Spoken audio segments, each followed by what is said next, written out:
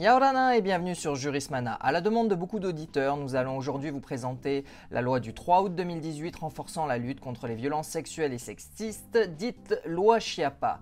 En effet, à cause d'un nombre hallucinant de fake news sur internet, tout le monde semble particulièrement confus à l'égard de ce texte.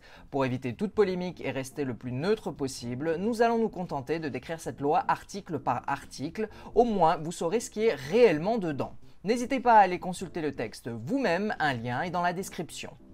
Il y a 20 articles dans cette loi du 3 août. L'article 1er modifie le code de procédure pénale et augmente la prescription de nombreux crimes et délits commis sur des mineurs, dont le meurtre, le viol ou les agressions sexuelles, à 30 ans après leur majorité.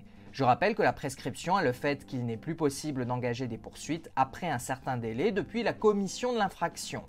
Les délais de base sont de 20 ans pour les crimes et de 6 ans pour les délits. Exemple simpliste mais compréhensible, un meurtrier commet son crime en 1990, il ne risque plus rien à partir de 2010. Avant la loi du 3 août 2018, la prescription pour les mineurs était de 20 ans pour les crimes et 10 ans pour les délits à compter de leur majorité. Cette loi permet ainsi d'augmenter considérablement le délai durant lequel les victimes pourront agir. L'article 2 porte sur les agressions sexuelles sur mineurs, dont notamment le viol. Selon l'article 222-22 du Code pénal, constitue une agression sexuelle toute atteinte sexuelle commise avec violence, contrainte, menace ou surprise. La spécificité du viol est la pénétration sexuelle. Ainsi, pour qu'une agression sexuelle soit reconnue, il doit pouvoir être prouvé qu'il y a eu violence, contrainte, menace ou surprise, peu importe l'âge de la victime. C'est ce que le grand public appelle plus communément la problématique du consentement ou de l'absence de consentement. L'article 2 précise que lorsque les faits sont commis sur un mineur, la contrainte morale ou la surprise peuvent résulter de la différence d'âge et pour un mineur de 15 ans, de l'abus de la vulnérabilité de la victime ne disposant pas du discernement nécessaire pour ses actes. Cette disposition tente ainsi de faciliter la qualification de l'agression sexuelle quand elle est commise sur un mineur. Il faut noter que si cette loi ne met pas en place une présomption de non-consentement à partir d'un certain âge, cela n'existait de toute manière pas avant. L'article 2 aggrave aussi la peine pour les atteintes sexuelles sur mineurs de 15 ans, soit les relations sexuelles consenties entre un mineur et un majeur, à 7 ans de prison et 100 000 € d'amende. L'article 3 pénalise le fait d'administrer à une personne à son insu une substance de nature à alterner son discernement ou le contrôle de ses actes afin de commettre à son égard un viol ou une agression sexuelle. Cette infraction est punie de 5 ans d'emprisonnement et de 75 000 € d'amende. Pour explication, tenter de droguer quelqu'un pour l'agresser, sans pour autant réussir, est à présent sanctionnable.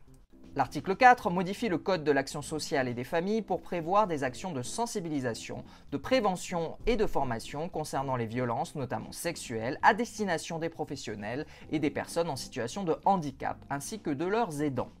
L'article 5 renforce les peines prévues pour les personnes n'ayant pas empêché un crime ou un délit à l'encontre d'un mineur. L'article 6 porte sur le fichier judiciaire national automatisé des auteurs d'infractions sexuelles ou violentes qui sera à présent consultable par les présidents d'établissements publics de coopération intercommunale. L'article 7 renforce la peine du crime de viol lorsqu'elle est commise sur une personne dont la particulière vulnérabilité ou dépendance résulte de la précarité de sa situation économique ou sociale. C'est l'article 222-24 du Code pénal qui comprend cette liste de situations aggravantes. L'article 8 modifie le Code de la santé publique et intègre au schéma régional de santé un programme relatif à la prévention des violences sexuelles et à l'accès aux soins des victimes de ces violences. L'article 9 dispose que le gouvernement remet au Parlement un rapport sur les dispositifs locaux d'aide aux victimes d'agressions sexuelles, permettant à ces victimes d'être accompagnées et de réaliser les démarches judiciaires au sein même des centres hospitaliers universitaires.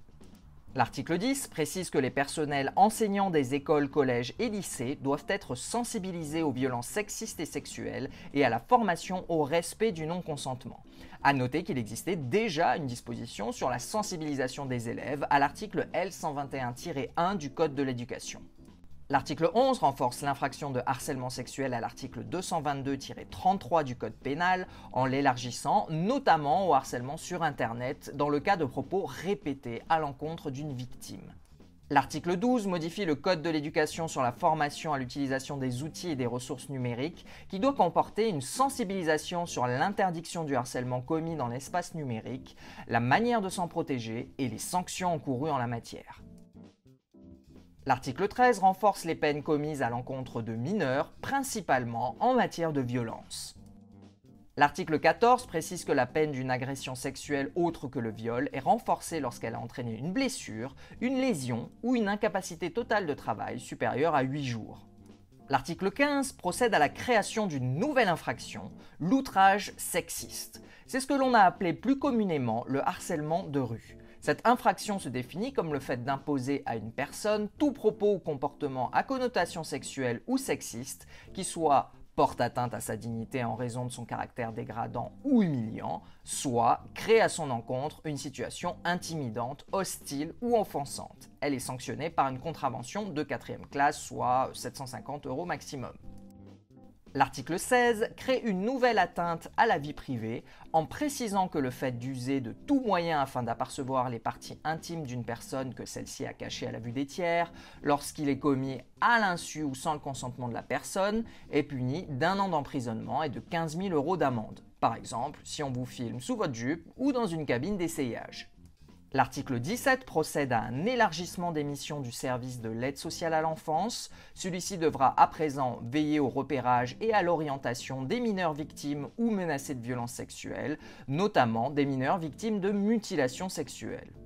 L'article 18 modifie l'article 1676 du Code civil en supprimant une disposition sexiste de 1804 portant notamment sur les femmes mariées en matière de vente. L'article 19 précise que le gouvernement présente annuellement un rapport sur la politique publique de lutte contre les violences sexuelles et sexistes dont sont victimes les enfants, les femmes et les hommes. L'article 20 étend les dispositions pénales et de procédure pénale de la loi à la Nouvelle-Calédonie, la Polynésie française et Wallis-et-Futuna. Et voilà, nous en avons terminé avec cette description article par article de la loi Chiappa. Personnellement, je pense qu'on aurait pu profiter de cette loi pour améliorer d'une bien meilleure manière le régime applicable, et je suis donc circonspect face à cette évolution, pour moi mineure, du droit applicable.